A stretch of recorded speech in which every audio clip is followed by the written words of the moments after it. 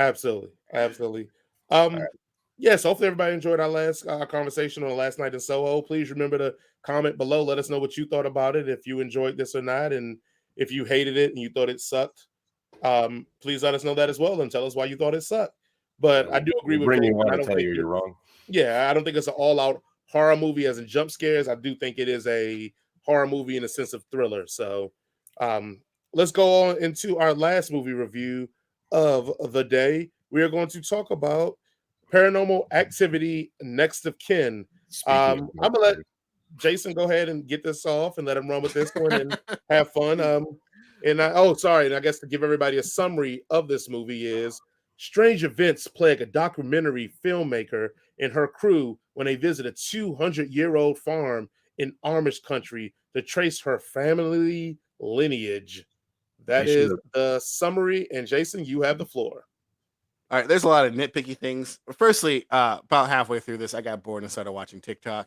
So, um, there's a lot. I don't really like the paranormal activity kind of like style. I think they could probably evolve from this a little bit because there have been movies that use the found footage thing, especially recent movies. I want to say like Unfriended, the one with John Cho. I can't remember the name of that one. I think it's just called Missing, maybe. That use that found footage sort of thing to a clever extent. Whereas this one is just like, in most of these movies, like why are you still hanging around with the camera, guys? Like, there's a demon chasing you. You're still like, oh my god, there's a demon chasing me, and I'm gonna run and look at it and run. And it's like any human being would drop the camera and just book it. Like, that's what we would do as humans. We would drop the camera and book it. We wouldn't pick it up or hand it back and forth so we can each get shots of ourselves, each other acting horrified. We would be like, fuck this, let's get the fuck out of here, let's go. Um, there's also some other nitpicky things like, Amish people, they do have telephones. They're not allowed to have them in their houses, but in their businesses you can call them. But if you can't call them, you can always just write them a letter. Because the U.S. Postal Service still goes to them as well. So this whole idea is like, you didn't contact them, like you could have contacted them and told them exactly what's going on, if you wanted to, and they could have been like, "Yo." Uh, Also, this lady goes around snooping in these people's houses, and it's just like, you don't have no respect for anybody. Like, y'all just gonna snoop around these people's shit. They bring you to their home, say, "Hey, you can stay here," blah blah blah blah, which is weird in the first place because like there's a motel down the street, and if you're a documentary crew, you wouldn't just be like, "Oh yeah, we'll live with you guys. It sounds fun." No, you would stay in the fucking hotel down the street. But y'all gonna snoop around looking in drawers and shit, and like, I don't even do that in my parents' house, and they're my parents. Like, I don't do that shit at all. Don't want to find that surprise dildo, mom. Yeah. I'm going to get into, I guess, this movie. I'm going to get into spoiler territory here on this movie because I don't really care to spoil it to people because I don't really care about this movie at all. Because it was kind of just boring to me. There's one instance where the girl finds out that they have been, kind of the people that she's staying with have kind of been lying to her, and the boyfriend is like, "Oh yeah, we'll just stay for another night and then we'll leave tomorrow." It's like, y'all could have left right then and like been fine. Because here's the thing, he's like, "Oh, it's 30 miles to the nearest thing," or blah blah blah, or whatever. The very first scene of y'all getting there, y'all go to the hotel and the little kid walks and jump scares you and y'all drive him back. Like, if a little kid could have walked at night to your hotel room, y'all could have left, even if y'all car wasn't. And like, it's not like y'all don't have all the shit recorded that you can't believe her because you've been looking at the tapes and shit and saying, "Oh, that's what is this? What is that?" So you would know that like she's telling the truth. And if they've been like lying to you, there's no point in just like, "Yeah, we'll say another day. It's fine." You know what? Yeah, maybe they have been, stalking you for a year or forever, but nothing's gonna happen tonight. So let's just go. Let's go in the morning. Um, yeah, that was all dumb. It was all dumb. But the ending was pretty cool. I liked the fact that the bad guys win, kind of, or the bad guys lose. Yeah, but other than that, it was boring as fuck. I don't like these paranormal activity movies. Shit doesn't happen until like the very end, and even then, it's like not scary. So go on. All right, Jaron, go ahead. They should have called this "Failed Jump Scare" the movie. Fucking jump scares, attempted jump scares the entire time. I mean, you got this girl. She's estranged. Her mother is apparently Gollum from Lord of the fucking Rings. And as soon as they find out, yeah, you're right. As soon as they find out they're like Satanists and not part of the fucking, Amish tribe or community. whatever, communities those guys are. It's like, why the fuck didn't they bounce? I just, I don't know.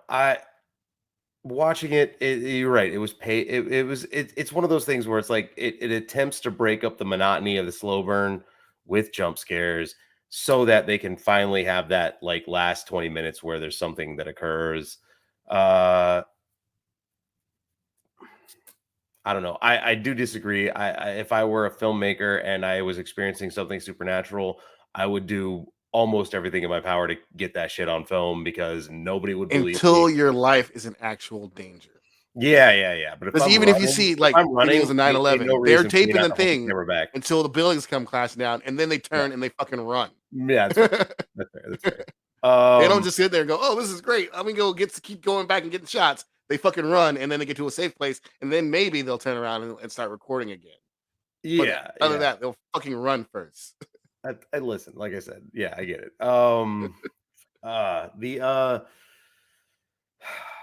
Yeah, as soon as they realized there was something nefarious in the family, they should have bounced. Apparently, the women in this family are the only ones that can hold this Ozymotus guy or whatever in them. And then at the end, the two cops, I guess, they shoot each other because of the demon's power.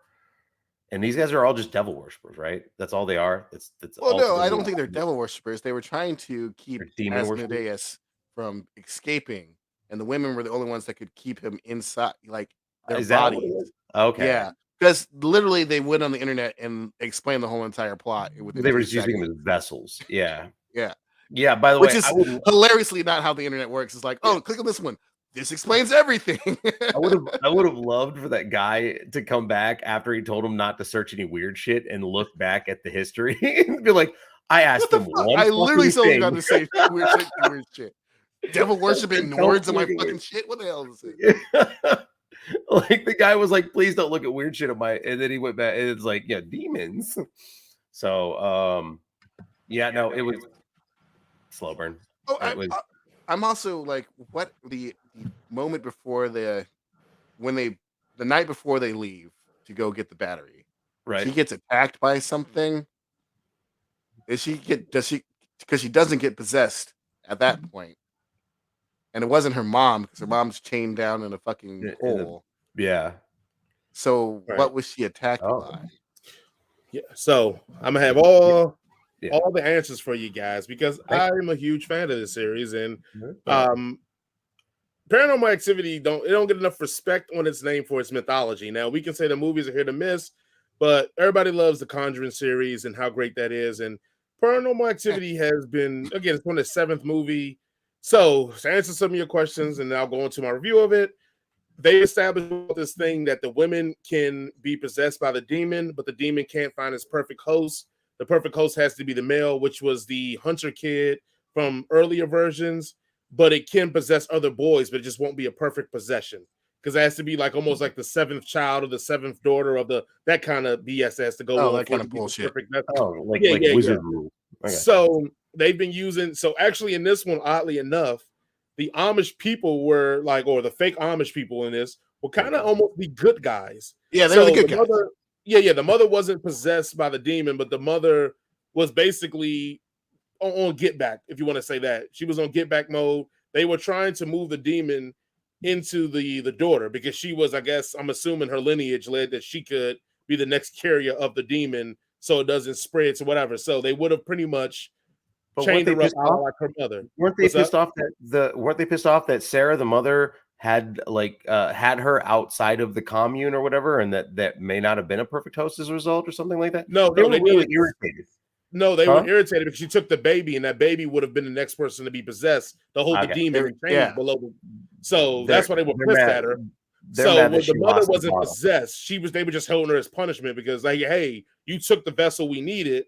Now we're on limited time before this thing comes up, and if it doesn't, which end up happening, it gets possessed one of the people in there, and now it's free. My thought is he's driving to go find Hunter, which is his perfect host, because the other lineage of this one that was in the other movies, do you think there is a connection? Yes. Because I thought these were completely separate stories. No, they're separate stories, but they're in the same universe and the same demon trying to get the same thing at once. Okay, cool. So that's what's going on there. So for me going on with this one, I just think it does deserve a little bit more respect for how much they are weaving in this. It is some BS installments, I mean, but it is what it is. That's all franchises if you go this long. The movie itself, I agree with everything you said. Like, why are you in people's business, lady? Like, stop being nosy. Like, these people. Oh, shit, there's footsteps up there. Let me go up there and see what's up there. Like, going to people's drawers and shit. Like they. How about you? I keep my drawers and stuff in the top cabinet. Like, you want the people's like panty drawers? Like, come on, man. Like, that's weird. I think when y'all were like, oh, well, when she found that they were recording her, they were like, oh, well, let's just wait, blah blah blah. I agree with you. Like, the kid was able to walk to town to the hotel. So it did make it feel like that walk wouldn't have been that far. But I think also, too, like, no one knew that they knew. So them trying to up and leave really, really quickly, they think would have probably aroused some kind of suspicion. Now, arouse suspicion and bounce. but again, if you arouse suspicion and they actually are stalkers and killers, then they're going to try to be like, oh, why are you leaving all of a sudden? Like, blah, blah, blah. Like, the move would have been harder to pull off, especially with no battery for the car. So their thought process was, hey, keep it cool. Let's get the battery. Get the battery tomorrow. Let them already know we're leaving the next day. We get the battery tomorrow. We just bounce out and we ride out, and then we report this to the police. So again, I don't agree totally with it, but I understand it. Like, if you think these guys are murderous or villainous or whatever you're thinking, you all of a sudden like coming out of this dude's room being like, oh, we got to leave. Sorry, take us into town. Probably would have raised some suspicion. Speaking of batteries, this camera crew, why didn't they opt to stay in the hotel? Where were they charging all of their shit? They had a generator. They had a generator. That was in the movie. Oh. I remember I looked up from TikTok and see that they had a generator. Okay. That was one of the things. I must have like went to go get a drink or something at that point. I was like, because the little kid did the jump scare, which was a pretty cool shot because he sets the camera down and he's messing with the generator, and you see little kid off in the distance. I did like that shot where they were showing the kids like how to do slow motion with the cameras and everything. I thought that was and that didn't come in handy at all. Yeah, and hold on, they use it in the kill scenes, and I'm like, who the fuck is recording this in slow motion? And somebody's getting killed. Like, are you just rapidly pressing the button to go to slow motion? Why are you doing this to this guy's death? This is gonna be so awesome B-roll when I get back and get all this together. All these murders. But this series has always been fled with a lot of stupidity, bad decisions, and things that normal people wouldn't do. That's some of the thrill of it. And then, like, yes, the 20-minute last second, 20 minutes of everything going back crazy. It was a great fiction. It was a great move. It was a cool move. I mean, and I like that the elements of Toby gaining more power the closer they get to the moment where he can almost free himself. That's why he was able to possess old girl, at least put her into that trance or whatever like that, and throw her around and all that. Like, that's been a staple of the series, that as the days get closer, the demons he gets stronger and stronger, is able more to do more things in the world. So I thought that was a cool thought, going from just being a reflection in the window, that's the most he can do, to laying down in the bed because I guess he got tired. Also, he's a heavy boy. He's damn near touching the ground down there. He's like, man, I got to see my face. That took a lot of energy. Let me take a rest after this. This is what's so funny about like a lot of these like scary ghost movies, where it's like, oh, the ghost is like, you know what? Instead of killing you, I'm gonna slam the door and do like, and I'm just stand behind you for like a second, that you can't see me, but I'm standing there. I'm gonna sit down on this shit. It's like they know they're in a fucking movie. It's like, oh man, what could be the scariest thing I could do right now? Sit on the bed. Yeah. Instead of, just doing other things, I'm going to sit on the bed. Well, headcanon for that is if they start weak, but they get strengthened by somebody's fear of them, then they can only do little bits to engender fear, and then they can get a little more strength from that fear, and then they can do a little bit more. Freddy would have had them all fucking dead by then. That'd be very cool. Well, I mean, Freddy needed Jason to come back if you watch Freddy vs. Jason. That was after 15 movies. So, by that logic, Freddy would have been after 15 fucking movies. They stopped believing in Freddy. They stopped believing in Toby, and you see what happens. They're weak. So again, I enjoyed it for what it was. And one, it also helps I get to watch it in the comfort of my own home, so I didn't have to pay money for it. So if you're a fan of the series, I definitely think it's a good entry into it. It's not some of the best, but it's not some of the worst either. It's just a good, solid entry to keep it moving along. I mean, again, I feel like this series and the Conjuring series are running neck and neck for who's going to run out of ideas sooner. Looks like Paranormal Activity is getting closer that they're running out, where Conjuring is just making up new things to make spinoffs about now. So, oh yeah, no, Conjuring I think is top tier AAA in this particular category for sure. Oh, Conjuring's got a lot of dust too. Name a better ghost series. Isn't Annabelle a part of the Conjuring? Yeah. There's been only one good Annabelle. And La Llorona was terrible. Yeah. Yeah, two terrible is Annabelle's. Like, I mean, and like I said again, the Conjuring has its flaws as well. It's just that we don't think about it because 1 and 2 are so good. Yeah. And even 3 is pretty good as well that we just forget about the flaws. I enjoyed this last one. Or was I said 3. I said 3 is pretty good. Oh, yeah. Okay, yeah. I enjoyed that. I don't fuck with movies with ghosts in them, so I don't fuck with no ghosts. I like ghost stories. I want another 1408, man. Shit, that movie was baller. Oh, what John Cusack? And fucking and Sam Jackson. Well, Sam Jackson's in everything. You just name a movie and Sam Jackson's in it. We just assume Sam Jackson's in it, so you say, "Hey, Sam Jackson's not in this." Then we go, that movie." Unless you're that interviewer, I'm not. I'm not Lawrence Fishburne. That's the other guy that sells credit cards. Let's go, Jason, to your finale. Your rating. What do you rate Paranormal Activity? I was bored throughout this thing. I guess it's just not my series, so just a 1. I mean, if you like this sort of thing, it's fine, but it's just not my thing. That's all. It's just not my thing. All right, Jaron. I mean, I can't give it a 1 because it was a competent story and the characters. I mean, they did make some smart decisions. They didn't fall into that trope of making the dumbest decisions ever. Except, I mean, there was one decision that was questionable, but I got to at least give it a 2. I mean, I got through it. I wasn't on TikTok in the middle of it, but apparently when I went to get a drink, I missed the whole generator sequence. So I was like, the whole time I'm like, how the fuck are these fuckers charging that? I'm with you. I mean, I'm probably going to give it a 2. Wasn't the worst entry, wasn't the best entry. I mean, none of these movies are ever going to get high on my list anyway. They're just enjoyable, fun romps just to spend the time. And I had to pay for it. So I'll definitely give it a 2. If you're a fan of the series, definitely check it out. It's an installment that will push the story a little further. If you're not a fan of the series, then you're probably not. You didn't even know this thing even existed. So, oh yeah, there's definitely no fucking marketing or shit, anything about it, unless you're actually on Paramount Plus, and then they'll actually market it to you. Right. No, like, I want to see this tragic movie. Anyway, guys, we almost did it. 18 minutes over. So, hey, thank you guys for watching and listening to the N-Word for Nerd podcast. We appreciate you as always. Don't forget to like, share, subscribe on Facebook, YouTube. Yeah, I didn't put the banner up today. Sorry, guys. I'm slacking. I'm still pointing down because Jaron can put a banner in. I can't. That'd be a lot of work.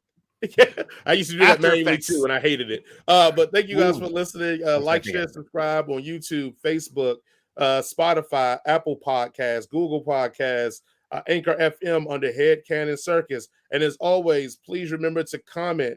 Give us your comments. We have been loving all the comments that have been coming in, and we are going to do a comment section either sometime this week or on next week's show. So all you guys that have been commenting, we would definitely want to say thank you. Keep sending them in. Share this stuff with some of your friends. Have them comment on us, and I think I may have a custom one of the fans that have commented come on the show next week. We'll see.